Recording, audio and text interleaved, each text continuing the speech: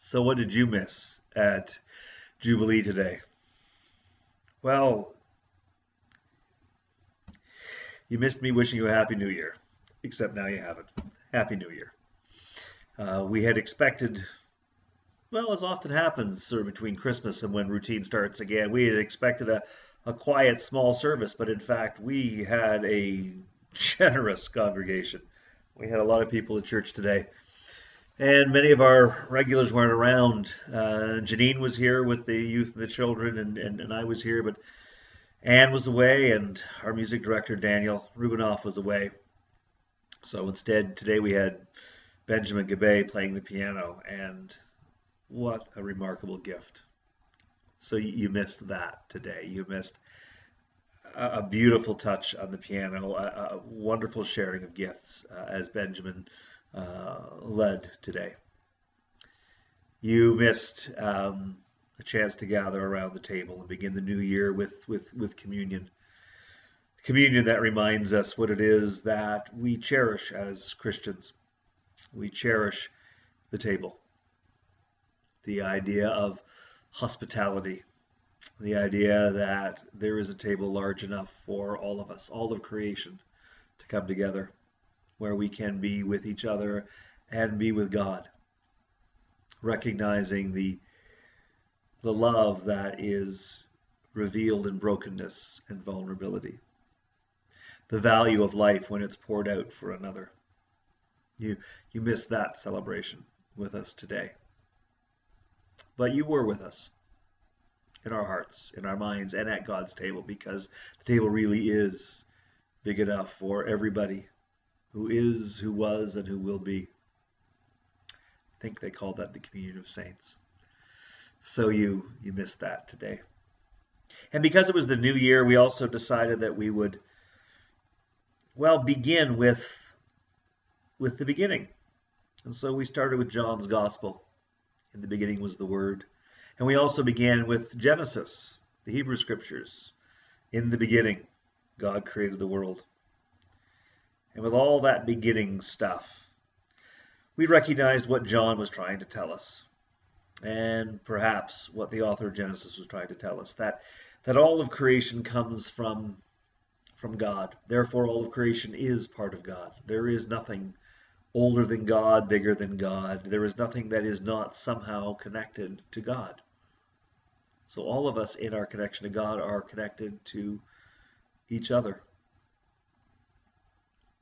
It becomes a doctrine known as creation out of nothing, creatio ex nihilo, creation out of nothing. That's what the philosophers, that's what the Greek speakers, the theologians take from that opening of Genesis in the beginning, that God creates out of nothing.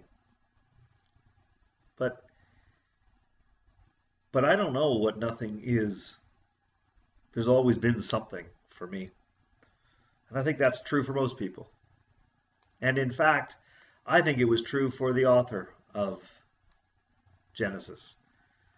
He wasn't trying to make a philosophical statement. He wasn't suggesting that God creates out of nothing, because, in fact, God creates the world from this formless void. God creates out of chaos. And I recognize chaos. I think we all recognize chaos. We recognize chaos in our lives all the time.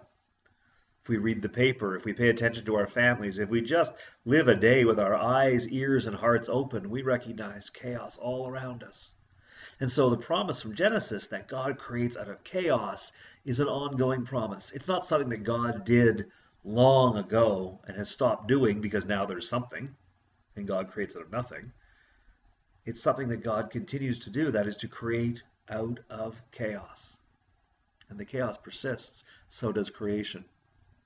And when you move into John's Gospel and you hear that in the beginning was the Word, and the Word was God, and the Word was with God, Word is the best way that we know to translate that Greek logos.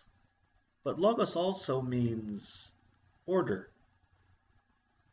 And so at the beginning of John's Gospel, we hear that in the beginning was order. And suddenly we understand that in Jesus, order is being brought to chaos.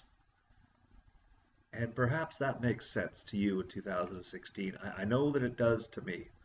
I know that's what we talked about today at Jubilee. The promise that God has revealed in Jesus brings order to chaos. The chaos of a refugee crisis, a chaos of depression and struggle and darkness and the myth of redemptive violence and the chaos of not knowing how to go forward in terms of reconciliation with with First Nations or with brothers and sisters who live in the same house.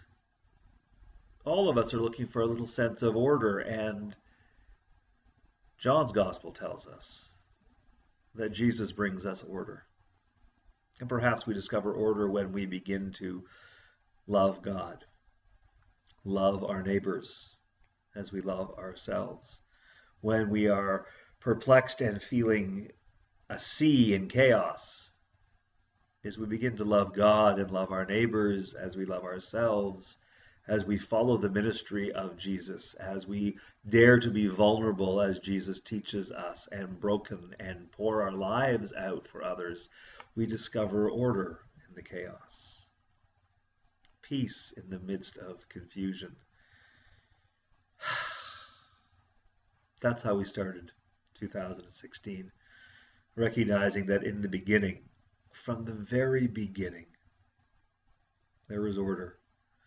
Order that is peaceful, that becomes flesh, known as Jesus. Order that assures us that God continues to create, not just long ago, right here, right now. Order in our chaos.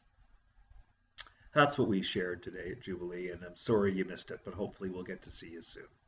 God bless.